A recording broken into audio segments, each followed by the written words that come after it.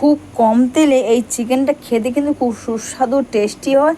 আর এই চিকেনটা প্রথমে আমি ম্যারিনেট করব, তার জন্য কিন্তু আমি এই চিকেনটাকে ধুয়ে নিয়েছি। এখানে কিন্তু আমি আদা আর রসুন, লঙ্কা, কাঁচা লঙ্কা দিয়েছি। এটা কিন্তু পুরো কাঁচা লঙ্কা আর ধনে পাতা দিয়েই হবে। আর এখানে হলুদ গুঁড়ো দিয়েছি, জিরে গুঁড়ো দিয়েছি আর অল্প ধনে গুঁড়ো দিয়েছি। এখন লেবু দিচ্ছি।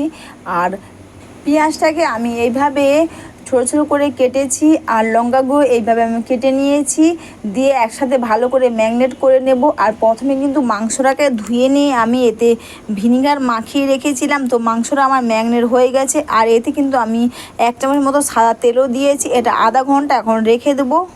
যেহেতু এটা কাঁচা লঙ্কা আর ধনে পাতা দিয়ে হবে, তাই এখানে আমি কাঁচা লঙ্কা ছোটো ছোটো করে কেটেছি আর এখানে ধনে পাতা দিচ্ছি, দিয়ে এটা একসাথে মিক্সিতে পেস্ট করে নেব। এখানে কিন্তু গুঁড়ো লঙ্কা পড়বে না, এটা যেহেতু কাঁচা লঙ্কা ধনে পাতা দিয়ে হবে, তাই এখানে গুঁড়ো লঙ্কা বা শুকনো লঙ্কা কোনো কিছু পড়বে না। তো এটা আমি মিক্সিতে পেস্ট করে নেব।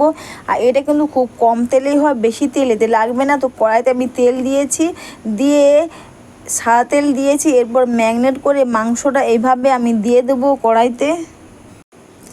এটা কিন্তু বেশি টাইমও লাগবে না, যেহেতু ম্যারিনেট করে রাখা আছে, তো বেশি টাইমও লাগবে না। এইভাবে কষা কষা একটু হবে, বেশি ঝোল ঝোলও হবে না।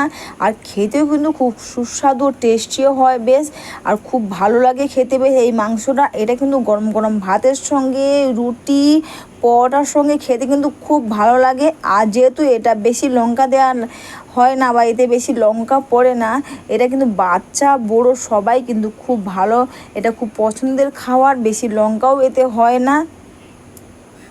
এটাকে আমি ঢাকনা দিয়ে এরপর আমি ঢাকনা দিয়ে মাংসটাকে ভালো করে কষিয়ে নেব। তো মাংসটা কিন্তু প্রায় আমার দেখতেই পাচ্ছ কষানো হয়ে গেছে। এটা কিন্তু আলু কিন্তু এতে পড়ে না, এটা কিন্তু আলু ছাড়াই এই চিকেনটা রান্না করা হয়। তো এইভাবে ঢাকনা দিয়ে আমি করে নেব এবং মাংসটা আমার কষা হয়ে গেছে।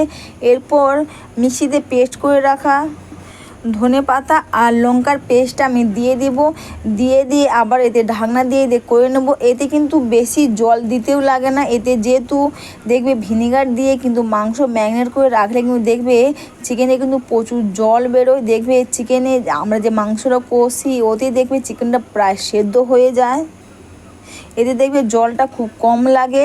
তো মাংসটা কিন্তু আমার খুব সুন্দর কষানো হয়ে গেছে আর রেডিও হয়ে গেছে, দেখতেই পাচ্ছ কালারটা খুব সুন্দর এসছে। তো ভিডিওটা ভালো লাগলে তোমরা কিন্তু কমেন্টস করে অবশ্যই জানিও।